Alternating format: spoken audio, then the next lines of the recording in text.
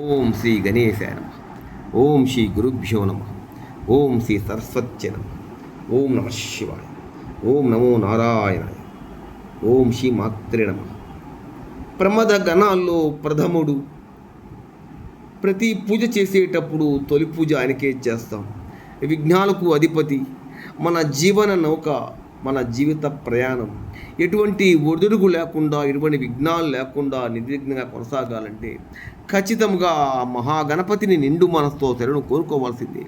అటు విద్య కావచ్చు, అటు ఉద్యోగం కావచ్చు, వివాహం కావచ్చు, అటు గ్రహ దోషాలతో బాధపడుతున్న అన్ని రకాల సమస్యలకి అపారమైనటువంటి శక్తివంతమైనటువంటి ఆ మహాగణపతిని నిండు మనసుతో పూజించి, నిండు మనసుతో ఈ భజన పాట పాడి చిన్న బెల్లం ముక్క నైవేద్యం పెట్టినట్టయితే సంతోషించిపోతాడు. రండి. చప్పట్లు కొడితే పక్షులు ఎగిరిపోతాయో, భజన చేస్తే పాపాలన్నీ కూడా పటాపంచలైపోతాయి. అంతేకాదండి, శరీర ఆరోగ్యం కూడా కుదురపడుతుంది. రండి. పాహి పాహి గజానన పార్వతి నందన గజానన. పాహి పాహి గజానన పార్వతి నందన గజానన. పార్వతి నందన గజానన. ఏకదంతా గజానన అనేకదంతా విజానన. ఏకదంతా గజానన అనేకదంతా విజానన. పాహి పాహి గజానన పార్వతి నందన గజానన. పార్వతి నందన గజానన. లంబోదర హే గజానన లంబపురగదర గజానన. లంబోదర హే గజానన లంబపురగదర గజానన. పాహి పాహి గజానన పార్వతి నందన గజానన. పార్వతి నందన గజానన. సూక్ష్మనేత్ర గజానన అనంతకర్ణ గజానన. సూక్ష్మనేత్ర గజానన అనంతకర్ణ గజానన.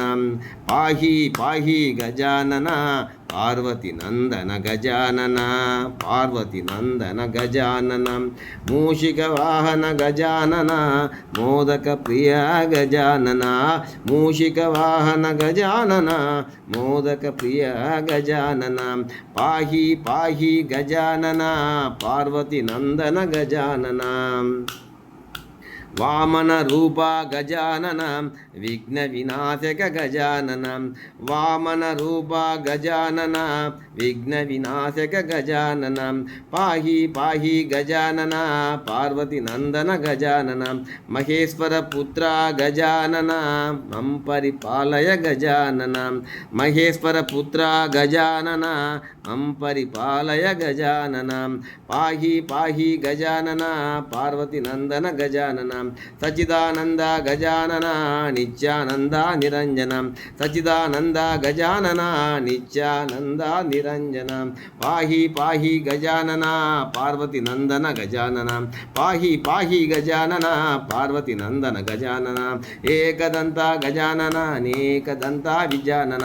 లంబోదర హే గజానన లంబపురగదర గజానన. సూక్ష్మనేత్ర గజానన అనంతకర్ణ గజానన. మూషిక వాహన గజానన మోదక ప్రియ గజానన. వామన రూప గజానన విఘ్న వినాశక గజానన. మహేశ్వర పుత్ర గజానన మం పరిపాలయ గజానన. సచిదానంద గజానన నిత్యానంద నిరంజన. పాహి పాహి గజానన పార్వతి నందన గజానన. పాహి పాహి గజానన పార్వతి నందన గజానన. పార్వతి నందన గజానన. జై బోలో గణేష్ మహారాజుకి జై. తలపెట్టిన ప్రతి కార్యం కూడా మీ ఇంట ఖచ్చితంగా నిర్విఘ్నంగా కొనసాగాలని ఆ మహాగణపతిని శరణు కోరుకుంటూ